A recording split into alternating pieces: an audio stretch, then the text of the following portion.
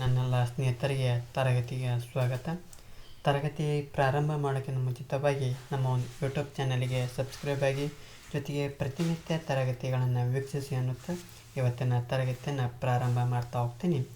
ಇವತ್ತಿನ ತರಗತಿಯೊಳಗೆ ಏನೆಲ್ಲ ಚರ್ಚೆ ಮಾಡ್ತಾ ಹೋಗ್ತಪ್ಪ ಅಂದ್ರೆ ಸಾಲದ ವಿಧಗಳು, ಬ್ಯಾಂಕುಗಳು ಮತ್ತು ಠೇವಣಿಗಳು ಮತ್ತು ಬ್ಯಾಂಕುಗಳ ಮಹತ್ವದ ಬಗ್ಗೆ ಈ ಒಂದು ತರಗತಿಯೊಳಗೆ ಚರ್ಚೆಯನ್ನು ಮಾಡ್ತಾ ಹೋಗ್ತೀವಿ. ಮೊದಲನೇದಾಗಿ ಈ ಸಾಲದ ವಿಧಗಳ ಬಗ್ಗೆ ಚರ್ಚೆಯನ್ನು ಮಾಡ್ತಾವೆ. ಹಾಗಾದರೆ ಸಾಲ ಅಂದರೆ ಅನ್ನೋದ್ರ ಬಗ್ಗೆ ನೋಡ್ತಾವೆ.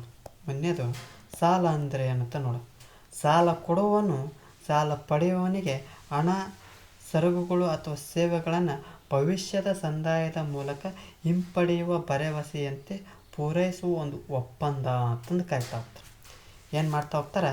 ಸಾಲವು ಅಂದರೆ ಏನಪ್ಪ ಅಂದ್ರೆ ಸಾಲ ಕೊಡುವವನು ಸಾಲ ಪಡೆಯುವವನಿಗೆ ಹಣ, ಸರಕುಗಳು ಅಥವಾ ಸೇವೆಗಳನ್ನು ಭವಿಷ್ಯದ ಸಂದಾಯದ ಮೂಲಕ ಹಿಂಪಡೆಯುವ ಭರವಸೆಯಂತೆ ಪೂರೈಸುವ ಒಂದು ಒಪ್ಪಂದ ಅಂತಂದು ಕರಿತಾ ಹೋಗ್ತಾರೆ.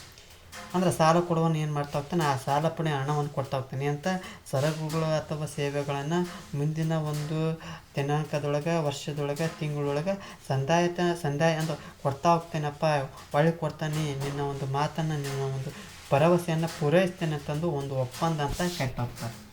ಜೊತೆ ಈ ಸಾಲಗಳಲ್ಲಿ ಕೂಡ ಎರಡು ರೀತಿಯ ಒಂದು ವರ್ಗೀಕರಣ ನೋಡ್ತೀವಿ. ಒಂದೇದು ಔಪಚಾರಿಕವಾದಂಥ ಸಾಲ ನೋಡ್ತಾ ಹೋಗ್ತೀವಿ, ಇನ್ನೊಂದು ಅನೌಪಚಾರಿಕ ಸಾಲ ಅಂತಂದು ನೋಡ್ತಾ ಹೋಗ್ತೀವಿ. ಹಾಗಾದರೆ ಮೊದಲನೇದಾಗಿ ಈ ಅನೌಪಚಾರಿಕ ಸಾಲ ಅಂದರೆ ಅನ್ನೋದನ್ನು ತಿಳ್ಕೊತಾವೆ.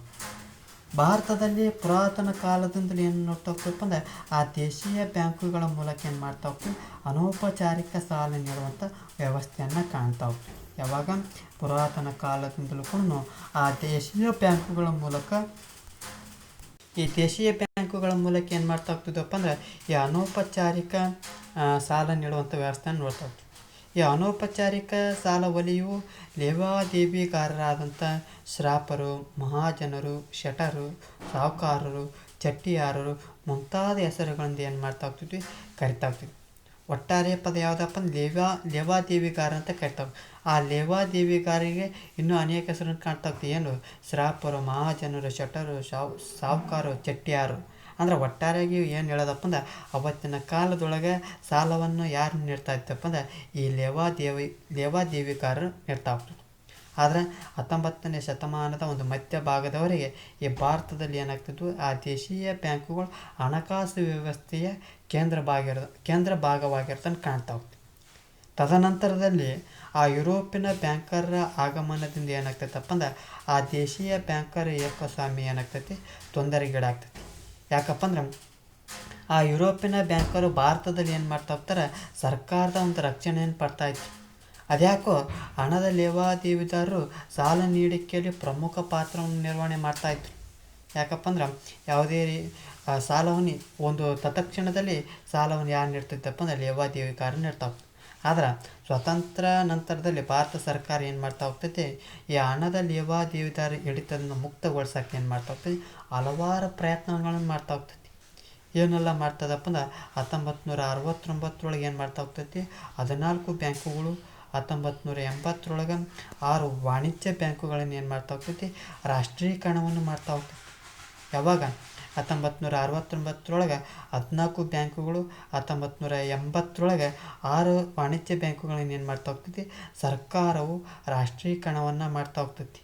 ಜೊತೆಗೆ ಆ ಗ್ರಾಮೀಣ ಭಾಗದ ಜನರ ಸಾಲದ ಅಗತ್ಯತೆಗಳನ್ನು ಪೂರೈಸುವುದಕ್ಕಾಗಿ ಪ್ರತ್ಯೇಕವಾಗಿ ಪ್ರಾದೇಶಿಕ ಗ್ರಾಮೀಣ ಬ್ಯಾಂಕುಗಳಂತೆ ಸ್ಥಾಪನೆ ಮಾಡ್ತಾ ಹೋಗ್ತಾರೆ. ಆದರೂ ಕೂಡ ಇಷ್ಟೆಲ್ಲ ಸರ್ಕಾರ ಮಾಡಿದ್ರು ಕೂಡ ಯಾವಾಗ ಏನೆಲ್ಲ ಮಾಡ್ತಾ ಹೋಗ್ತಾರೆ, 1969 14 ಬ್ಯಾಂಕುಗಳ ರಾಷ್ಟ್ರೀಕರಣವನ್ನು ಮಾಡ್ತಾ ಹೋಗ್ತಾರೆ. 1980 6 ಬ್ಯಾಂಕುಗಳ ರಾಷ್ಟ್ರೀಕರಣವನ್ನು ಮಾಡ್ತಾ ಹೋಗ್ತಾರೆ. ಜೊತೆಗೆ ಗ್ರಾಮೀಣ ಭಾಗದ ಜನರಿಗೆ ಅನುಕೂಲ ಆಗಲೆಂದು ಪ್ರಾದೇಶಿಕ ಗ್ರಾಮೀಣ ಬ್ಯಾಂಕುಗಳನ್ನು ಸ್ಥಾಪನೆ ಮಾಡ್ತಾ ಹೋಗ್ತಾರೆ.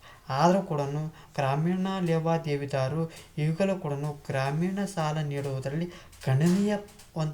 ಗಣನೀಯ ಪಾಲವನ್ನು ಯಾರು ಕಾಣ್ತಾ ಹೋಗ್ತಪ್ಪ ಅಂದ್ರೆ ಲೇವಾದೇವಿದಾರನ್ನು ಕಾಣ್ತಾ ಹೋಗ್ತೀವಿ. ಇದು ಅನೌಪಚಾರಿಕ ಸಾಲದ ಬಗ್ಗೆ ಮಾಹಿತಿ ಆಗ್ತದೆ. ಮತ್ತೆ ಮುಂದುವರೆದು ನೋಡ್ತಾ ಹೋಗ್ತೀವಿ ಔಪಚಾರಿಕ ಸಾಲದ ಬಗ್ಗೆ ನೋಡ್ತಾ. ಈ ಔಪಚಾರಿಕ ಸಾಲ ವಲಯವು ಬ್ಯಾಂಕುಗಳು, ಸಹಕಾರಿ ಸಂಘಗಳನ್ನು ಒಳಗೊಂಡಿರೋದನ್ನು ಕಾಣ್ತಾ ಹೋಗ್ತೀವಿ. ಅಂದರೆ ಈ ಒಂದು ಬ್ಯಾಂಕುಗಳು ಮತ್ತು ಸಹಕಾರಿ ಸಂಘಗಳು ನೋಡ್ತಾ ಹೋಗ್ತೀವಿ. ಎಲ್ಲಿ ಔಪಚಾರಿಕ ಸಾಲಗಳು ಇವು ಅತಿಯಾದಂಥ ಬಡ್ಡಿ ದರಗಳನ್ನು ವಿಧಿಸಂಗಿಲ್ಲ, ಅತಿ ಹೆಚ್ಚು ಬಡ್ಡಿ ಹಾಕಂಗಲ್ಲ. ಅವುಗಳ ಉದ್ದೇಶ ಕೇವಲ ಲಾಭ ಗಳಿಸುವುದು ಅಲ್ಲದೆ ಸಾಮಾಜಿಕ ಜವಾಬ್ದಾರಿಯನ್ನು ಹೊಂದಿರ್ತವೆ. ಯಾವುದು ಔಪಚಾರಿಕ ಸಾಲದೊಳಗೆ ಕಂಡುಬಂತು ಬ್ಯಾಂಕುಗಳು ಸಹಕಾರಿ ಸಂಘಗಳು ಇವು ಅತಿಯಾದಂಥ ಬಡ್ಡಿ ದರವನ್ನು ಹಾಕಂಗಲ್ಲ. ಇವುಗಳ ಒಂದು ಉದ್ದೇಶ ಲಾಭ ಗಳಿಸುವುದು ಅಷ್ಟೇ ಆಗಿರುವುದಿಲ್ಲ, ಅವುಗಳ ಜೊತೆಗೆ ಸಾಮಾಜಿಕ ಜವಾಬ್ದಾರಿಯನ್ನು ಹೊಂದಿರ್ತಾ ಹೋಗ್ತವೆ. ಜೊತೆಗೆ ಈ ಒಂದು ಬ್ಯಾಂಕುಗಳು ಸಹಕಾರಿ ಸಂಘಗಳು ಇವು RBIನ ಒಂದು ನಿಯಂತ್ರಣ ಮತ್ತು ಮೇಲ್ವಿಚಾರಣೆಗೆ ಒಳಪಡ್ತಾ ಹೋಗ್ತವೆ. ಆದರೆ ಅನೌಪಚಾರಿಕ ಸಾಲದೊಳಗೆ ಅವ್ರದ್ದೇ ರಾಜಾಡಳಿತ, ಅವ್ರದ್ದೇ ಒಂದು ಅಧಿಕಾರ ಏನು ದೌರ್ಜನ್ಯ ಇರ್ತೈತಿ. ಆದರೆ ಔಪಚಾರಿಕದೊಳಗೆ RBIನ ಒಂದು ನಿಯಂತ್ರಣ ಮತ್ತು ಮೇಲ್ವಿಚಾರಣೆಗೆ ಒಳಪಡುತ್ತಾ ಇರೋದನ್ನು ಕಾಣ್ತಾ ಹೋಗ್ತೀವಿ. ಇದು ಸಾಲದ ವಿಧಗಳ ಬಗ್ಗೆ ಮಾಹಿತಿ ಆಗ್ತದೆ.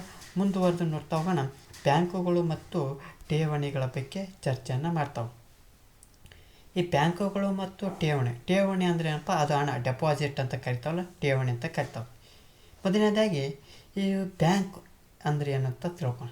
ಬ್ಯಾಂಕು ಅಥವಾ ಬ್ಯಾಂಕ್ ಪದದ ಅರ್ಥ ಅಂತ ತಿಳ್ಕೊಳ್ಳೋಣ. ಮೊದಲನೇದಾಗಿ ಈ ಬ್ಯಾಂಕ್ ಎಂಬ ಪದವು ಇಟಲಿ ಭಾಷೆ, ಯಾವ ಭಾಷೆ? ಇಟಲಿ ಭಾಷೆಯ ಬ್ಯಾಂಕೋ ಜೊತೆಗೆ ಜರ್ಮನ್ ಭಾಷೆಯ ಯಾವುದು? ಜರ್ಮನ್ ಭಾಷೆಯ ಬ್ಯಾಂಕ್ ಎಂಬ ಪದದಿಂದ ಬರ್ತಾವೆ. ಈ ಬ್ಯಾಂಕ್ ಎಂಬ ಪದವು ಎರಡು ಭಾಷೆಯಿಂದ ಬರ್ತಾವೆ. ಒಂದೇದು ಇಟಲಿ ಭಾಷೆಯ ಬ್ಯಾಂಕು ಅಂತ ಬರ್ತಾ ಹೋಗ್ತೈತಿ, ಮತ್ತು ಜರ್ಮನ್ ಭಾಷೆಯ ಬ್ಯಾಂಕ್ ಎಂಬ ಪದದಿಂದ ಬರ್ತಾ ಹೋಗ್ತೈತಿ. ಈ ಒಂದು ಬ್ಯಾಂಕು ಎಂಬ ಪದದ ಅರ್ಥ ಏನಪ್ಪ ಅಂದರೆ ಬೆಂಚು ಅಂತ ಅರ್ಥ. ಜರ್ಮನ್ ಭಾಷೆ ಬ್ಯಾಂಕ್ ಅಂದರೆ ಏನಪ್ಪ ಅಂದ್ರೆ ಕೂಡು ಬಂಡವಾಳ ನಿಧಿ. ಒಟ್ಟಾರೆಯಾಗಿ ಏನಪ್ಪ ಅಂದ್ರೆ ಆ ಒಂದು ಬೆಂಚಿನ ಮೇಲೆ ವಿನಿಮಯ ಮಾಡುವಂಥ ಹಣವನ್ನು ಅಂತ ಕರಿತಾವಪ್ಪ ಅಂದರೆ ಬ್ಯಾಂಕು ಅಂತಂದು ಕರಿತಾ ಹೋಗ್ತೀವಿ. ಇದು ಪ್ರಮುಖವಾಗಿ ಇಂಪಾರ್ಟೆಂಟ್. ಬ್ಯಾಂಕ್ ಎಂಬ ಪದವು ಇಟಲಿ ಭಾಷೆಯ ಬ್ಯಾಂಕು ಎಂಬ ಪದದಿಂದ ಬಂದು ಇದರ ಅರ್ಥ ಬೆಂಚ್ ಅರ್ಥ. ಇನ್ನೊಂದು ಜರ್ಮನಿ ಭಾಷೆಯ ಬ್ಯಾಂಕ್ ಎಂಬ ಪದದಿಂದ ಬರ್ತಾ ಹೋಗ್ತೀವಿ. ಇದರ ಅರ್ಥ ಕೂಡು ಬಂಡವಾಳ ನಿಧಿ ಅಂತಂದು ಕರಿತಾ ಹೋಗ್ತೀವಿ. ತದನಂತರದಲ್ಲಿ 1949 ಏನು ಬರ್ತೈತಪ್ಪ ಅಂದ್ರೆ ಒಂದು ಕಾಯ್ದೆ ಬರ್ತೈತಿ. ಏನು?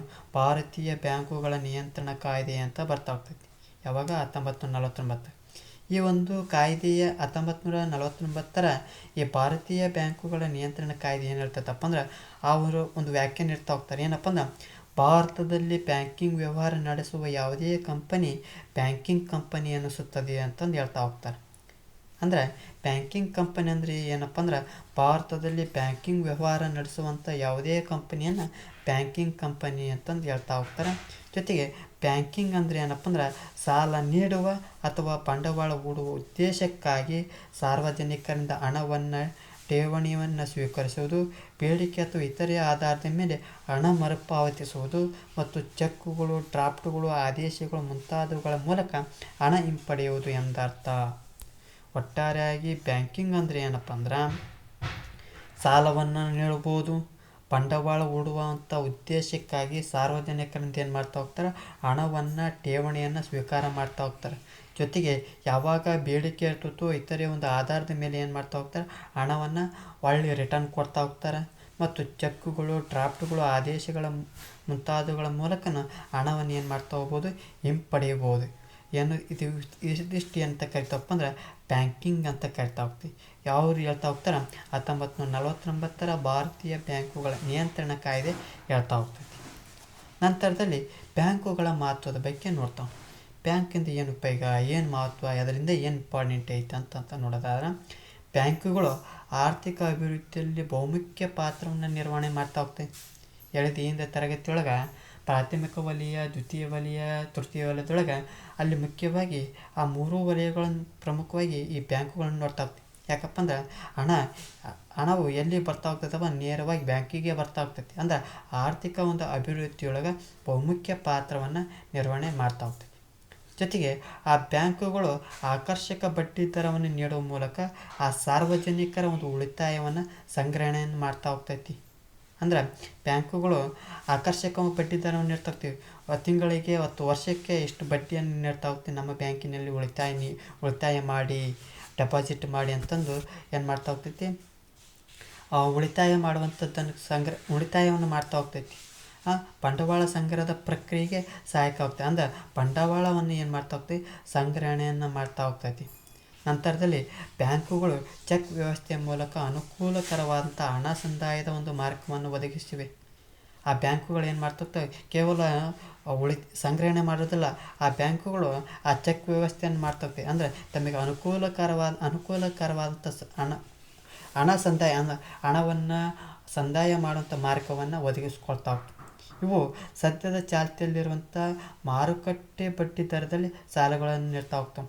ಬ್ಯಾಂಕುಗಳು ಏನು ಮಾಡ್ತಾ ಹೋಗ್ತಾವಪ್ಪ ಅಂದ್ರೆ ಆ ಪ್ರಸ್ತುತ ಚಾಲ್ತಿಯಲ್ಲಿರುವಂಥ ಮಾರುಕಟ್ಟೆ ಬಡ್ಡಿ ದರದಲ್ಲಿ ಸಾಲಗಳನ್ನು ನೀಡ್ತಾ ಹೋಗ್ತವೆ. ಆ ಮೂಲಕ ಏನು ಮಾಡ್ತಾ ಹೋಗ್ತಾರೆ, ಕೃಷಿ, ಕೈಗಾರಿಕೆ, ಸೇವಾ ವಲಯಗಳ ಅಭಿವೃದ್ಧಿಗೆ ಏನಾಗ್ತೈತಿ, ಸಹಾಯಕ ಆಗ್ತೈತಿ. ಅಂದ್ರೆ ಸಾಲಗಳನ್ನು ತೆಗೆದುಕೊಂಡು ಕೃಷಿ, ಕೈಗಾರಿಕೆ, ಸೇವಾ ವಲಯಗಳ ಅಭಿವೃದ್ಧಿಗೆ ಸಹಾಯಕವಾಗ್ತಾ ಹೋಗ್ತದೆ. ಯಾವುದು, ಈ ಬ್ಯಾಂಕುಗಳು. ಜೊತೆಗೆ ಆ ಬ್ಯಾಂಕುಗಳು ಹುಂಡಿಗಳನ್ನು ಏನು ಮಾಡ್ತಾ ಹೋಗ್ತೀವಿ, ವರ್ಗಾವಣೆಯನ್ನು ಮಾಡ್ತಾ ಹೋಗ್ತೈತಿ. ಜೊತೆಗೆ ಅವುಗಳ ಬೇಡಿಕೆ ಹುಂಡಿಗಳು ಕ್ರೆಡಿಟ್ ಕಾರ್ಡ್, ಡೆಬಿಟ್ ಕಾರ್ಡ್ಗಳನ್ನು ಸಹ ನೀಡ್ತಾ ಹೋಗ್ತವೆ. ಆ ಬ್ಯಾಂಕುಗಳು ಷೇರುಗಳ ಮೇಲೆ ಹಣವನ್ನು ಹೂಡ್ತಾ ಹೋಗ್ತವೆ. ಬ್ಯಾಂಕುಗಳು ಕೇವಲ ಹಣವನ್ನು ಸ್ವೀಕಾರ ಮಾಡೋದು ಮತ್ತು ವರ್ಗಾವಣೆ ಮಾಡೋ ಕೆಲಸ ಅಲ್ಲ. ಆ ಹಣವನ್ನು ಏನು ಮಾಡ್ತಾ ಹೋಗ್ತೈತಿ, ಬೇರೆಯವರಿಗೆ ಆ ಬಡ್ಡಿ ದರ ನೀಡಬೇಕಪ್ಪ ಅಂದ್ರೆ ಹಣವನ್ನು ಏನು ಮಾಡ್ತಾ ಹೋಗ್ತೈತಪ್ಪ ಅಂದ್ರೆ ಆ ಷೇರುಗಳ ಮೇಲೆ ಏನು ಮಾಡ್ತಾ ಹೋಗ್ತೈತಿ, ಹಣವನ್ನು ಹೂಡ್ತಾ ಹೋಗ್ತೈತಿ. ಇವು ಸಾಲ ಸೃಷ್ಟಿಯಲ್ಲಿ ಮಹತ್ವದ ಒಂದು ಪಾತ್ರವನ್ನು ಕಾಣ್ತಾ ಹೋಗ್ತೈತಿ.